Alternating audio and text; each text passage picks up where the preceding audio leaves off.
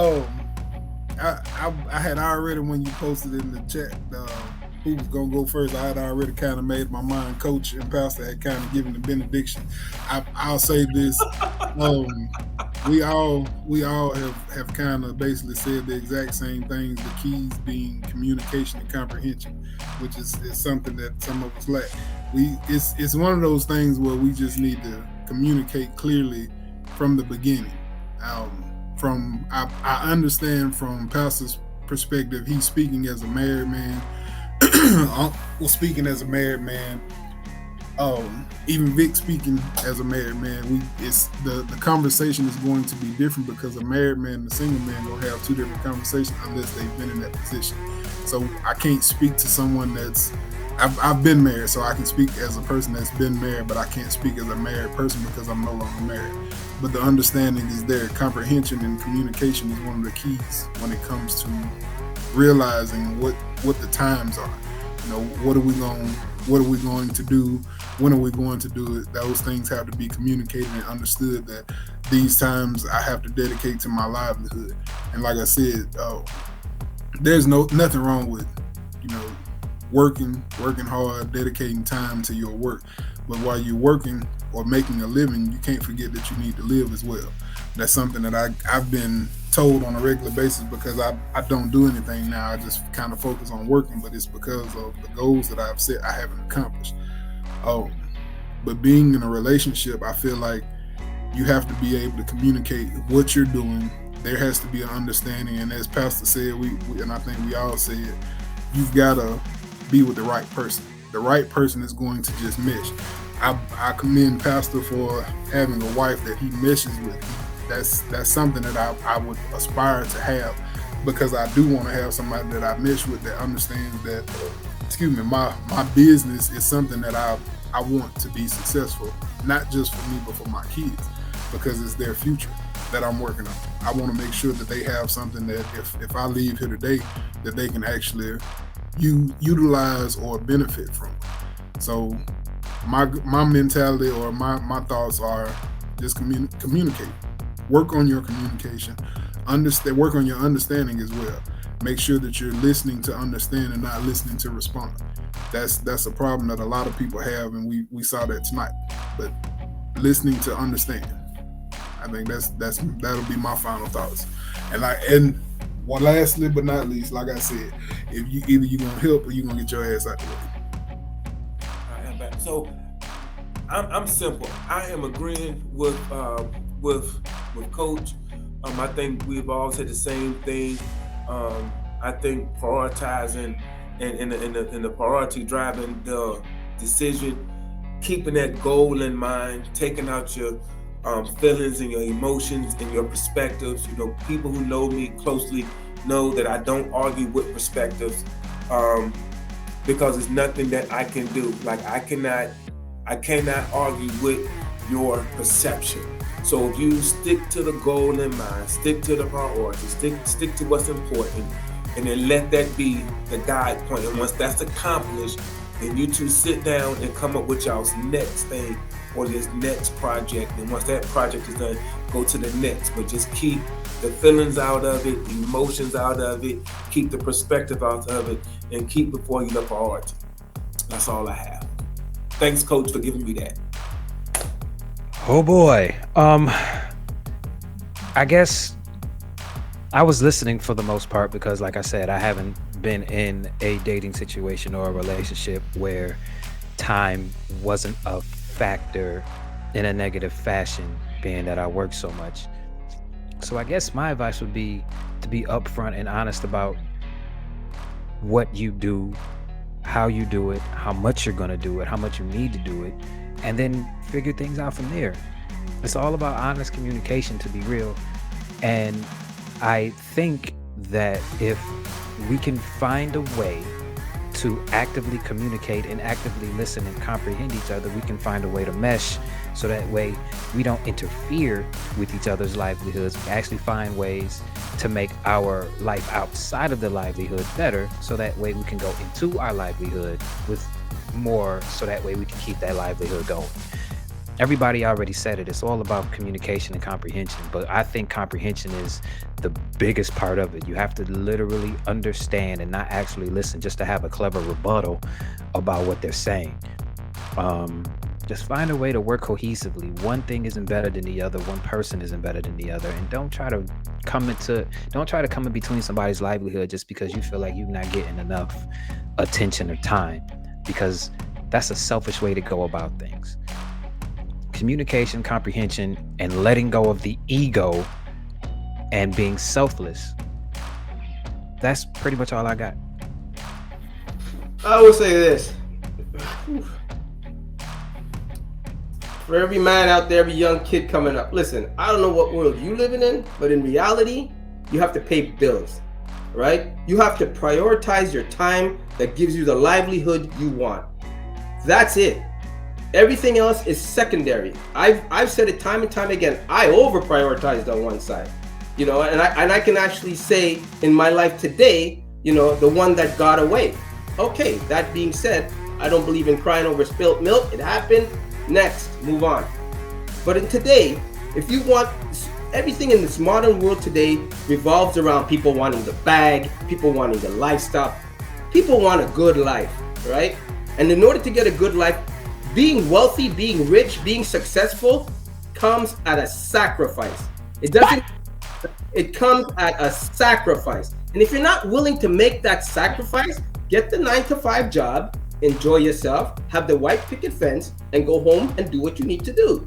But if you want a certain lifestyle and you don't want the headaches of medical bills or how much this is going to cost, that comes at a price. I say prioritize that first, because you can't do nothing else without it. All right, you can't. I in my life didn't want the stress of, and I don't think anybody should want the stress of, how am I going to pay this? How am I going to pay that? Now, there is a sense of balance, and like I said, I believe in that, right? But the balance comes after your main priority, your main things that you have to handle, the main things that you have to lead with is taken care of. And that's what people need to understand. Ask yourself, what lifestyle do you want? Okay, that's what I'm trying to say. And go after what you want. But that's gonna be you're gonna have to sacrifice. Period. And if somebody's coming into, listen, I would say this. It's great being at peace. When you know yourself, you're not working your issues out and doing all that bullshit. The only thing I'm thinking about is, where is it coming from? What's my next thing? How can I better myself? How can I grow? Things that are positive in that direction. I wouldn't bring madness. I wouldn't bring compromise into my life. I ain't bringing none of that shit. Fuck that shit. No, I'm doing well without it. But I would like to have a good family, and I would like to have a good kids. And the woman that comes into my life, I will have that conversation with her way before she moves in. We ain't doing the baby mama thing. We ain't doing any of that shit. No, we're gonna have a good, decent conversation. You're gonna know what kind of man I am, and I'm gonna know what kind of woman you are. And we're gonna see if that works. If it doesn't work, great, we know where we stand. But you need a woman that complements what you do, just like you can complement what she does and give her all the things that she wants. But the last thing you want, one of the number one things people break up over is finances. Besides the other thing, but there's finances. That's the number one thing people break up over. I don't want to be in that circle, and I wouldn't want my wife or my girlfriend or my significant other to be in that circle. I like a woman that has a career. Me personally, I like a woman that has a career. That means you don't have fucking time to bother me, right? But we'll come together and we'll compromise and make things happen when we prioritize children, the life, the hood, all that sort of good stuff. We'll put it under an umbrella and say, okay, how do we make this life work now? So if you have to stop working, I'm good. If I have to stop working, you're good. And I would say everybody should prioritize. First, do what you need to do, accomplish what you need to accomplish, so you can lead and do all that good stuff. So you can be in a position to dictate or say what you want to say and how it's going to be. And find someone that complements that. Done. Well, as usual, Antoine is so hard to follow. And man, mute your mic. You know what I'm saying? Everybody else muted theirs. All right, so I'm gonna lead on like I wrote this thing called Accountable Masculinity Rule Number 3, and it's decentralized leadership. It's basically knowing when to lead and when to follow. And a lot of the conversation is about compromise, and knowing when to lead and when to follow is compromise. It's actual submission and understanding that you don't have a partner to help you fail. So sometimes it's okay to just listen to your partner. They're taking something off your plate. In that, you're going to experience some emotions, as a man, especially one that leads and one that's in charge of a few different things that has networks and people depending on it. And one of those things you got to avoid doing is, number one, being defensive. You cannot hear what the person is trying to communicate if you're being defensive. And then when you can hear, you can listen to comprehend instead of to respond. All of these two things, if you do that, it helps you avoid an unhealthy competition. An unhealthy competition means like if you're right, what do you win? What's the benefit of it? Why would you cut your nose, spite your face just so you can be right? And a lot of times people care more about being right than being righteous. Let's see here. Support our ideas with the time you've invested in creating for the health of your relationship. Why bring her along if you don't, and you've invested in her and she's investing in you so you can be successful? You got to create time and create a reciprocal relationship so it's worth her while as well. All of this is about ego management. You know what I'm saying? Ego management is paramount. I have to pull myself back. I got multiple personalities like everybody else. We can be moody, we can be up, we can be down, and we affect people around us when we are responsible for leading. You can't just diminish the fact that we are leading so it comes with certain stress, but everybody doesn't have to deal with our chaos too. We are not perfect. If she's participating, she's comprehending your vision. If she's participating with you, she's comprehending your vision. In that relationship where comprehension becomes the goal, you got to start to be able to hear her better too, because she's dedicated the energy to understanding what you're about and to find out who your inner workings are. And all of this comes back to knowing when to be complimentary versus supplementary. Knowing when to stand up, knowing when to sit down, knowing when to watch the door, and knowing when to, give an early warning for your partner. If you can follow that part of what I'm saying, you are definitely in line with Accountable Masculinity Rule Number 1. Men, focus on men. If you're doing what you're supposed to do, she's going to see it. And if you live a transparent life, she's going to find a way to augment you in a great way if she's there for a healthy reason. And that's my moment for Accountable Masculinity. So, some of the things I'm about to say may sound similar to what Vic said, but I think I'm going to say it in a different way. A long time ago, probably about in the 80s, there was a young man named Junior, not Uncle Junior, but Junior. And he wrote a song called My Mama Used to Say. And the next lyric after that said, "Take your time, young man." I think we need to get out of this microwave mentality to where we meet a person and next thing you know, we believe that we're in love, and the next thing you know, we're engaged and trying to get married. Take your time to learn the other person. In the midst of learning, for me, and I want to make sure I say it this way, and I think this is something that should be a blanket statement, really. We need to learn to avoid needy people. That's number one, right? I think that's the key to understanding. The Bible says that God will provide all of your needs according to his riches and glory. Well, if a person places their needs on you, they have just made you their God. They have literally put you in a position to where you can do, where they believe that you can do the impossible. You can't fix anybody. It's not your job to fix anybody. So again, avoid needy people. Avoid overly emotional and sensitive people. I think that's important, and that's important to understand as well. Overly emotional and sensitive people will always emotionalize any and everything that you have to say. But the minute that they become overly emotional about anything that you say logically, it doesn't make sense to them, and they will always respond to emotions. So again, avoid those people. You're looking for a person that shares in the same type of belief system that gets you closer to the concept of being what is known as equally yoked. For me, I can't tie myself to a person who does not believe in God. That's first and foremost. Secondly, under that umbrella, I need to understand at what level do we share in that belief system? Because everybody who say they believe, they don't really believe everything. So we need to make sure that we understand. And the only way I'm going to understand that is if I take the time to learn the person under the umbrella of the union that comes together between, two people.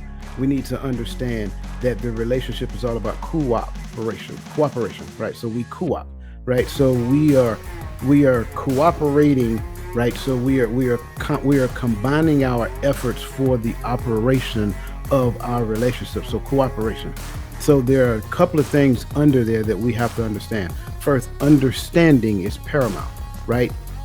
Which means that you need to be able to decipher the person, if the person that you're talking to are they logically injecting themselves into the plan that you have for their life? Can they see themselves in your plan? How are they adding value to your plan? Are they collectively dreaming with you? Can they see the vision? That's really what we're getting at.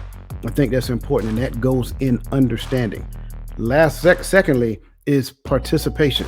They need to actively participate in the vision, right? Helping you build what you've already started working on. Here's one of the things that I know is true, that when you cast a vision, she would take it and she would make it bigger. She would incubate it and make it bigger. It's happened time and time again, and it is a natural thing, believe it or not.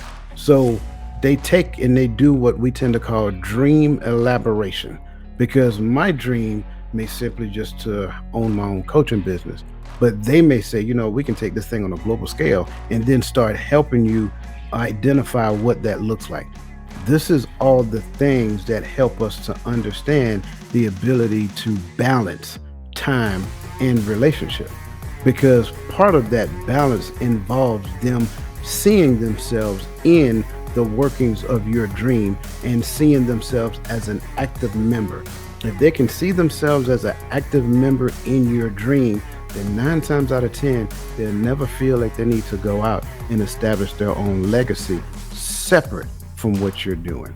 And lastly, I caution, and this is just my belief system, I caution against the idea that, I have my vision and they have their vision, and we come back and we just exist in space in the house. Well, really at that point, like, what are we talking about? Because for me, a lot of my conversation about my vision, and my vision is centered around my belief system because it defines my purpose. So if I can't talk to you and see that we have literally parallel purposes, then what are we talking about? So I think that's it. I think that's where I want to leave it off with. And like I said, it sounds similar to what Vic said, but it's just from a different perspective. So I'm going to keep it short and sweet. I think it is important to make time for your partner and prioritize your relationship. However, I also think it is important to maintain a healthy balance and make time for yourself and your own personal interests and responsibilities.